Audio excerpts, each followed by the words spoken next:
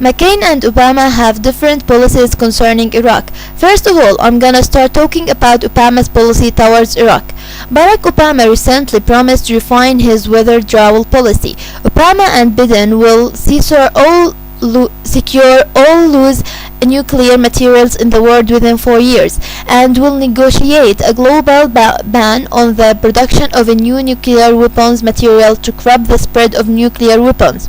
Obama will renew American diplomacy with their enemies and friends to advance American interests. Obama is against the war in Iraq, and if elected president, he will send the troops back home. If Obama wins, he will face enormous pressure to abandon his pledge to stop the war in Iraq. And most of all, the pressure on Obama will come from the US military and General Petraeus. Early in his administration, Obama is going to have to sit down face to face with Petraeus, a politically savvy general who it is rumored is thinking about running for office himself, and say something like this: General Petraeus, I value your service to our country, but under our system, I am the commander-in-chief. I am the boss, not you. We are getting out of Iraq, and we are doing it quickly. Anyone who doesn't like this new policy, well, there's the door. And the most troubling thing, Obama said that Americans will have to tighten their belts because of the cost of the war in Iraq. Doesn't that mean that the war will continue? Obama is pledging to rebuild the military which has been wasted by the Iraq war. Or perhaps Obama plans to attempt to start to pay down national debt run up because the cost of the wars. The ambiguity is political calculation. How about we consider what the Iraqis want?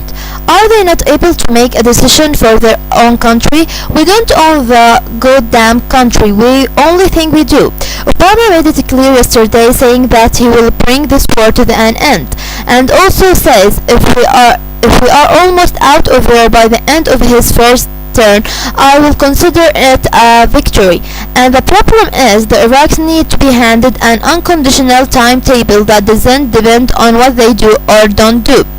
And the people are not keeping up with current events. It's now the Iraqis who want to give us a timetable for withdrawal, not the other way around.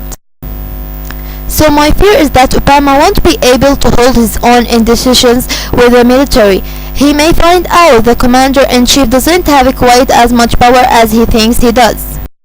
Now let's talk about McCain's policy. John McCain believes it is strategically and morally essential for the United States to support the government of Iraq to become capable of governing itself and safeguarding its people. He strongly disagrees with those who advocate withdrawing American troops before that has occurred. It would be a grave mistake to leave before Al-Qaeda in Iraq is defeated and before a competent, trained and capable Iraq security force is in place. We must help the government of Iraq. McCain also believes that Americans' policy was successful in Iraq, and evidence is the Iraq legislature, and he says that more progress is necessary in Iraq. Iraq will conduct 2 landmark elections in the near future. One for provincial governments in late 2008 and the other for the national government in 2009. John McCain believes we should welcome a larger United Nations role in supporting the elections, and says Iraqis need to know that the US will not abandon them, but will continue to press their politicians to show the necessary leadership to help develop their country. McCain also says that American troops has to help in getting Iraq's economy back on its feet. As you see, I presented the 2 final candidates, and now it's up to you to judge them based on what they have planned for Iraq. Thank you for listening.